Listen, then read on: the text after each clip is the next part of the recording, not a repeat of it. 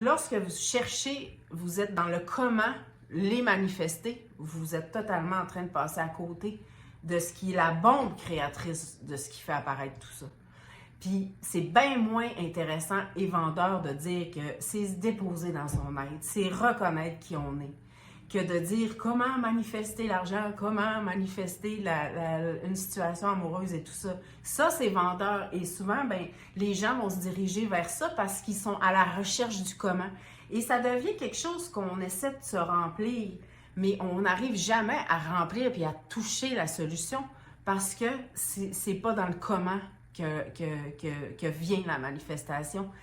C'est qui est derrière. Fait que quand même que tu utilises tout le mode d'emploi qui est proposé pour créer de l'argent, pour créer ta job de rêve, tu créeras pas quelque chose qui va être qui va être permanent. Ça va être éphémère. Ça va pas être quelque chose qui va perdurer dans le temps parce que justement ta posture, elle compte sur l'effet pour avoir le ressenti. Puis comment qu'on l'a le ressenti? C'est quand on est dans la reconnaissance que ça apparaît en fonction de moi. Puis ça apparaît lorsque je prends conscience que je suis branchée sur la source dont je vous parle depuis le début. Que je ne quitte jamais le tout que je suis.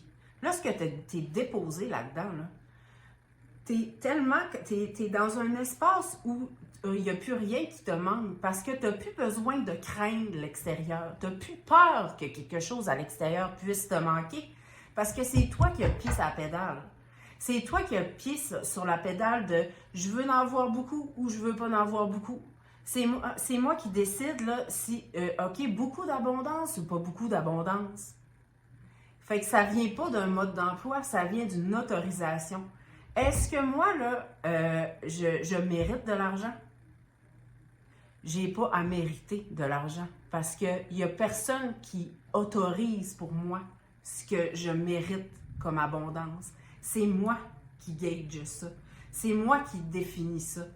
Donc, même si quelqu'un me donne un mode d'emploi de comment faire de l'argent, si j'habite pas cette posture-là qui sait que c'est moi qui mets la pédale douce, qui met la pédale sur l'accélérateur, qui se dit « Hey, moi, l'abondance, là, je suis branchée dessus, je l'ai dans mes veines, l'abondance. C'est moi qui déroule dans ma réalité. » Tant que ça, c'est pas habité, que c'est pas assumé, vous avez beau chercher des modes d'emploi pour créer l'abondance, la posture derrière qui cherche comment créer l'abondance, elle demande à chercher perpétuellement à comment créer l'abondance.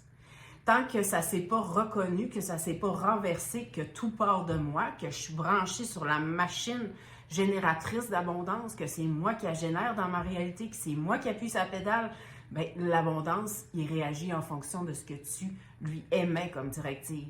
Fait que lorsque tu choisis de suivre une formation qui est en train de te dire comment manifester, bien, tu es en train d'habiter la posture qui cherche encore à manifester. Fait que c'est là-dedans que la quête se termine ou qu'elle se termine pas. C'est là qu'on décide, tu sais, souvent les gens vont me dire je sors de formation puis d'un satsang ou que je finis une lecture, je suis comme super sur un high puis là, ça va super bien. Puis là, après ça, quand je retombe dans ma réalité, on dirait que là, j'ai comme tout oublié. Comment ça se fait que ça s'ancre pas?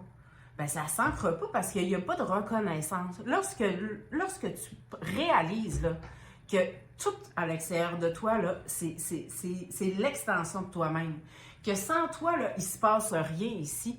Que toutes tes certitudes, que tout bouge en fonction du mouvement intérieur que tu dictes, bien, il n'y a plus c'est plus valsant, là. C'est plus quelque chose dont tu oublies. C'est plus quelque chose dont tu sors de ça, là.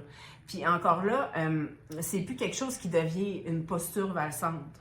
Tu sais, ça devient ancré. Ça devient ancré, mais ça ne veut pas dire qu'il n'y a plus d'inconfort, ça ne veut pas dire qu'il n'y a plus de maladie, ça ne veut pas dire qu'il n'y a plus d'effets inconfortables, ça ne veut pas dire qu'il n'y a plus de symptômes, il n'y a plus de maladie, puis que la vie est lisse.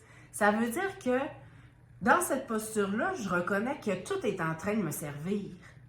Puis quand je reconnais que tout est en train de me servir, que tout est une opportunité, que les effets de manque que je vois à l'extérieur, les effets de mon anxiété, mes inconforts physiques, tout ça est en train de me réajuster dans cette posture-là, en douceur. ben là, il y a plus rien qui joue contre moi. C'est comme tout est en train de tout le temps jouer avec moi. Fait que j'ai plus rien à craindre. J'ai pas besoin de craindre mon corps parce qu'il m'envoie un symptôme. Il est en train de me réaligner dans la posture initiale que je suis, de me rappeler que j'ai jamais été débranchée de la source.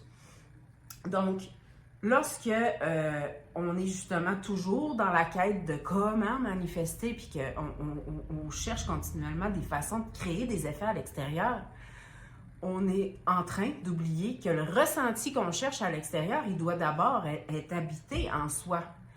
Pour que l'abondance puisse se dérouler dans notre réalité, il faut reconnaître qu'on est le générateur de l'abondance. Pour faire l'expérience d'une vitalité corporelle, il faut la reconnaître qu'elle est déjà disponible à l'intérieur de soi. Donc, sinon, ça devient perpétuellement une quête où je dois chercher des modes d'emploi qui sont à l'extérieur, mais je ne reconnais pas que le mode d'emploi, c'est moi.